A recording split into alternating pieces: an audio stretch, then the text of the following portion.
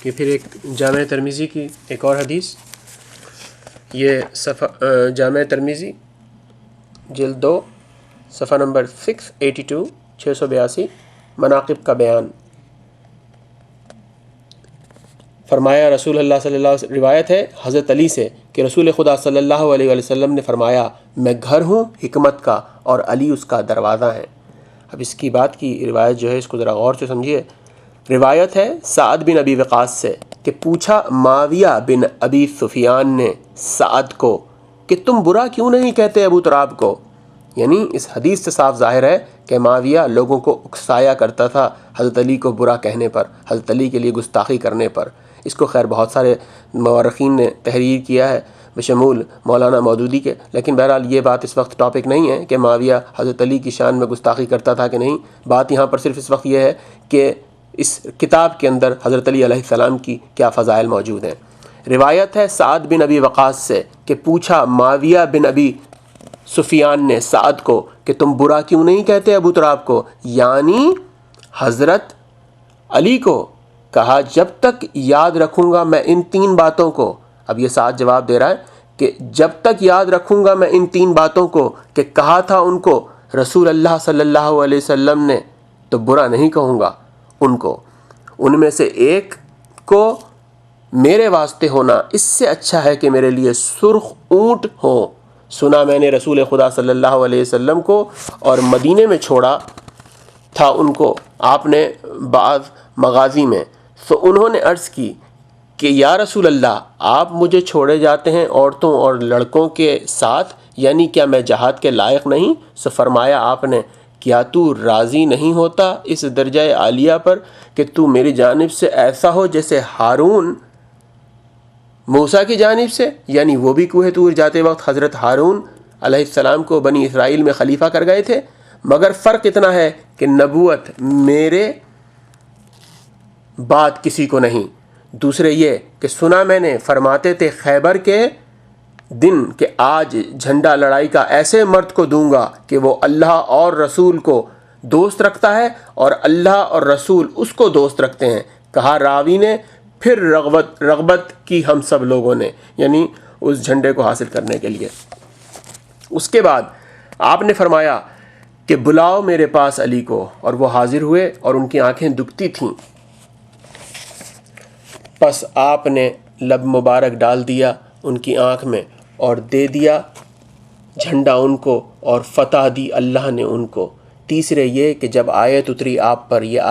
آیت مباہلہ کی ذکر کر رہے ہیں اب یہاں پر، یہ کہ جب یہ آیت اتری، بلایا رسول خدا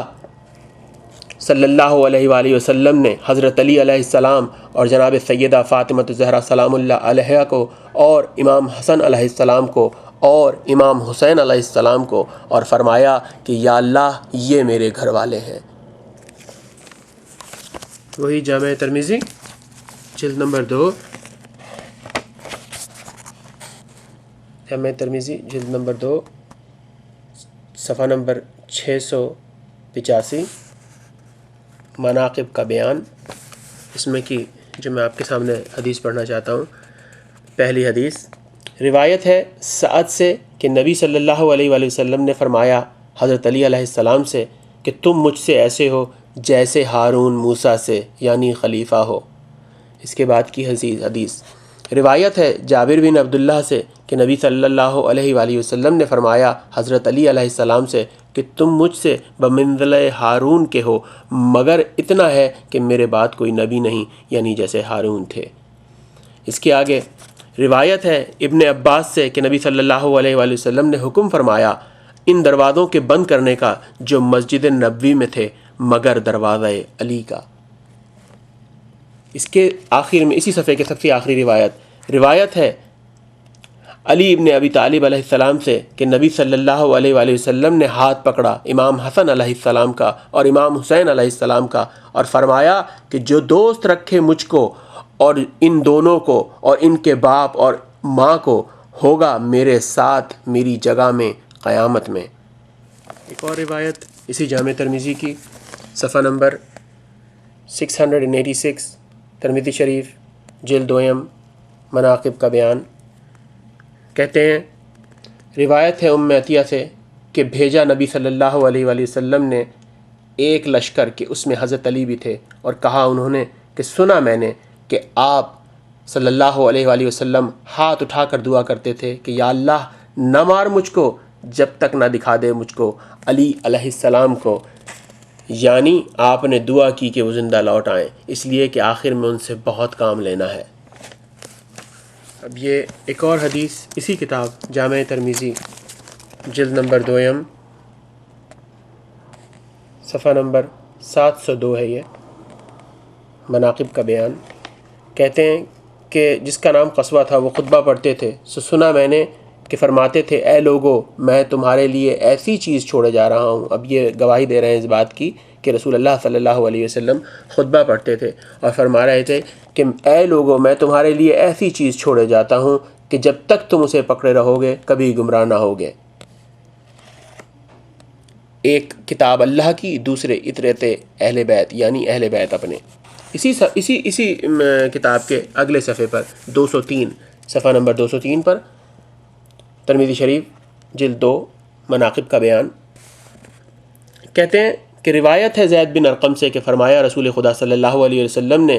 میں تمہارے درمیان ایسی 2 چیزیں چھوڑے جاتا ہوں کہ ایک ان میں سے دوسرے سے بڑی ہے، اور جو بڑی ہے اللہ کی کتاب ہے کہ گویا ایک رسی ہے آسمان سے زمین تک لٹکی ہوئی، اور دوسری میری اطرت یعنی اہل بیت میرے کہ یہ دونوں جدا نہ ہوں گے یہاں تک کہ وارد ہوں گے میرے ساتھ حوض کوثر پر، سو دیکھو میرے پیچھے ان کے ساتھ کیا کرتے ہو۔ اب یہ احادیث میں نے آپ کے سامنے جامع ترمذی سے پیش کی ہیں کہ جو کہ تمام کی تمام حضرت علی علیہ السلام کی شان میں تھیں۔ اب آپ خود ان تمام احادیث کو سن کر فیصلہ کر سکتے ہیں